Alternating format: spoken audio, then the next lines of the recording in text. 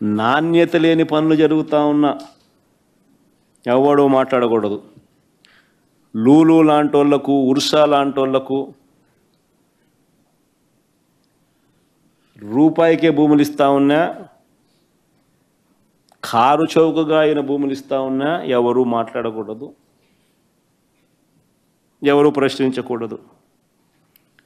మేము ₹2.49 మేము గతంలో ఎప్పుడూ జరగని విధంగా రాష్ట్రానికి మంచి చేస్తూ మేము పీపీఎల్ చేస్తే నానా యాగి చేసిన వీళ్ళు ఈరోజు ₹4.60 వీళ్ళు పీపీఏ చేసుకున్నా ఎవడు మాట్లాడకూడదు, ఎవడు ప్రశ్నించకూడదు.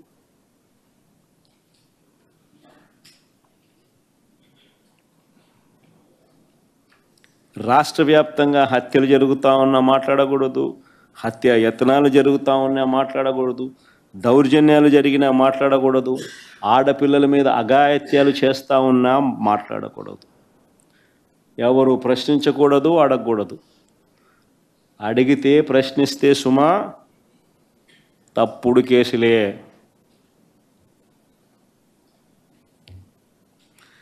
కానీ చంద్రబాబు నాయుడుకి సందర్భంగా ఒక్కటైతే నేను చెప్తున్నా, అయ్యా నువ్వు ఎన్ని తప్పుడు కేసులు పెట్టినా భయపడేది లేదు. ప్రజల తరపున మా పోరాటం ఆగేది లేదు. నీ ప్రభుత్వం కన్ను మూసుకొని కన్ను తెరిస్తే మహా అయితే ఇంకా 3 ఏళ్ళు ఉంటుంది. దాని తర్వాత మాత్రం వచ్చేది మేమే. నీవు పెట్టే కేసులకు, నీతో పాటు నీకు పావులుగా మారిన అధికారులకు ఇద్దరికీ వార్నింగ్ ఇస్తూ ఉన్నాం. వడ్డీతో సహా మీరంతా చెల్లిస్తారు. ఏదైతే మీరు ఎత్తుతున్నారో అదే పండుతుంది. ఇది మాత్రం మర్చిపోవద్దండి.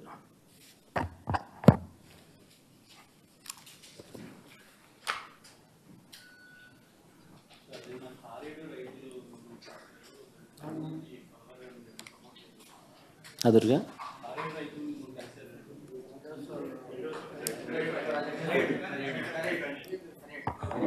ఖరేడు రైతులకు సంబంధించిన విషయంలో కూడా అంతే. అసలు ఖరేడు రైతులకు సంబంధించింది ఒక విచిత్రమైన విషయం. ఇంకా ఆశ్చర్యం కలిగించే విషయం ఏంటి తెలుసా, ఇండోసోల్ అనే వాళ్లకు చేవూరు, రేవూరు అనే గ్రామాల్లోనే గతంలో వాళ్ళ దగ్గర నుంచి 500 కోట్ల రూపాయలు డబ్బులు తీసుకుని ఆ డబ్బుతోనే అక్కడ ఆ ఊర్లలో ల్యాండ్ అక్విజిషన్ పూర్తి చేసి 5,000 ఎకరాల ల్యాండ్ అక్విజిషన్ కంప్లీట్ చేసి వాళ్ళకి ఇచ్చేసినాం, హ్యాండ్ ఓవర్ చేసినాం. ఇన్ఫ్యాక్ట్ అందులో 114 ఎకరాల్లో వాళ్ళు ఆల్రెడీ బిల్డింగులు కడతా ఉన్నారు. ఆల్రెడీ 1,200 కోట్లు ఖర్చు పెట్టి 1 గిగాబైట్కి సంబంధించిన ప్రాజెక్టు కూడా అక్కడ ఆల్రెడీ స్టార్ట్ అయిపోయింది. అక్కడ రైతులు సంతోషంగానే ఇచ్చినారు, ల్యాండ్ అక్విజిషన్ పూర్తయిపోయింది, 8,000 ఉద్యోగాలు కూడా ఆ ప్రాంతానికి వస్తూ ఉన్నాయి. వాళ్ళందరూ సంతోషంగా జరిగేదాన్ని అక్కడ నుంచి వాళ్ళను పొగబెట్టి వెళ్ళిపోమన్నట్టుగా వాళ్ళ కోసం సేకరించిన ఆ భూమిని వాళ్ళకి ఇవ్వకుండా అక్కడ వేరే వాళ్ళకి ఆ భూములు అలాట్ చేసి వీళ్ళను ఖర్రేడు అనే ప్రాంతానికి తీసుకొని పోయి ఎక్కడైతే 2 పంటలు పండే భూములు ఉన్నాయో, ఎక్కడైతే రైతులు వ్యతిరేకిస్తూ ఉన్నారో అక్కడ వీళ్ళకి భూములు ఇవ్వాలని చెప్పి ఇస్తామని చెప్పి అక్కడ వీళ్ళని అక్కడికి పోమని చెప్తా ఉన్నారు. అక్కడ వాళ్ళ రైతులకు ఇష్టంగా లేరు. భూములు అక్కడ నిజంగా అడగడం ధర్మం కాదు. అలాంటి చోట వీళ్ళని పొమ్మని చెప్తే ఆ ఫ్యాక్టరీ రాకూడదనే కదా, పొగబెట్టి వెళ్ళిపోమనడమే కదా. మరి ఇది 42,000 కోట్ల పెట్టుబడులు, 8,000 మందికి ఉద్యోగాలు వచ్చే అవకాశాలు, ఇవన్నీ మీరు ఏం చేస్తూ ఉన్నారు? ప్రాజెక్టులు రావడానికి చూస్తున్నారా, ప్రాజెక్టులను పంపించడానికి చూస్తున్నారా? ఒకవేళ ఇదే బీపీసీఎల్కు మీరు ల్యాండ్ ఇవ్వాలనుకుంటే ఇంకా వేరే ల్యాండ్ లేదా? గవర్నమెంట్ ల్యాండే ఉంది అదే జిల్లాలోనే, పక్క జిల్లాలోనే. ఇదే కృష్ణపట్నంలోనే ఇదే ఈనాడు రామోజీరావు గారి వియ్యంకుడికే 10,000 ఎకరాలు ఉన్నాయి. ఇవ్వచ్చు కదా, పక్కనే ఉంది.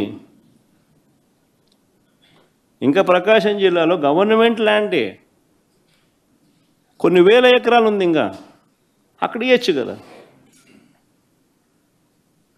అక్కడెక్కడ బీపీసీఎల్కి ల్యాండ్ ఇవ్వకుండా తీసుకొచ్చి ఆల్రెడీ అక్వైర్డ్ ల్యాండ్, వీళ్ళ కోసం అక్వైర్ చేసిన ఈ ల్యాండ్లో ఇక్కడే వీళ్ళని తీసేసి ఇక్కడే వీళ్ళకి ల్యాండ్ ఇచ్చి వీళ్ళను కాంట్రవర్సీ ఉన్న చోటికి వీళ్ళ ప్రాజెక్ట్ను అక్కడ పెట్టించే కార్యక్రమం చేస్తూ ఉన్నాడనంటే అసలు ఈయన కుట్రలు అన్నది ఏ స్థాయిలో ఉన్నాయనే దానికి అర్థం ఇది. పరిశ్రమలను ప్రోత్సహించడానికి ఈ మనిషి లేడు. పారిశ్రామికవేత్తలను బెదిరించి వాళ్ళతో సొమ్ము చేసుకునే దానికి ఈయన ఉన్నాడు.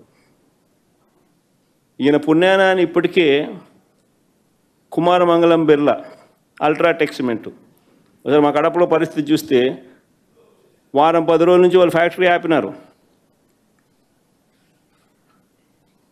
ఇలా కావాల్సిన కాంట్రాక్ట్లు వేయడం లేదని. కర్నూలులో వీళ్ళు అల్ట్రాటెక్ వాళ్ళు ఫ్యాక్టరీ కడతా ఉన్నారు.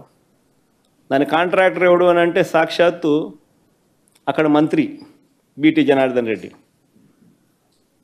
వాళ్ళ మంత్రికి ఆ కాంట్రాక్ట్ వర్క్ లేకపోతే పని జరగదు. ఆ దాల్మియా సిమెంట్ పరిస్థితి అంతే. కాంట్రాక్టర్లు అందరినీ కూడా మొత్తం వీళ్ళ మనుషులు తీసుకొని వచ్చి పెట్టినారు. పెడితేనే వర్కులు జరుగుతాయి, పని జరుగుతాయి, లేకపోతే లా. జిందాలో ఎన్నికి వెళ్ళిపోయినారు. తప్పుడు కేసులు బిగించి వాళ్ళను బెదరగొట్టేసరికి అరవిందో వాళ్ళు నమస్కారం పెడతా ఉన్నారు. చంద్రబాబు నాయుడు నీకు నమస్కారం అని. కేవలం బెదిరించి వాళ్ళ దగ్గర నుంచి బ్లాక్మెయిల్ చేసి సొమ్ము చేసుకోవడం కోసమే చంద్రబాబు నాయుడు అనే వ్యక్తి ఉన్నాడు. పరిశ్రమలు రావాలని, దానివల్ల ఉద్యోగాలు రావాలని, దానివల్ల ప్రాంతానికి మంచి జరగాలనే ఉద్దేశం చంద్రబాబు ఎక్కడా లేదు.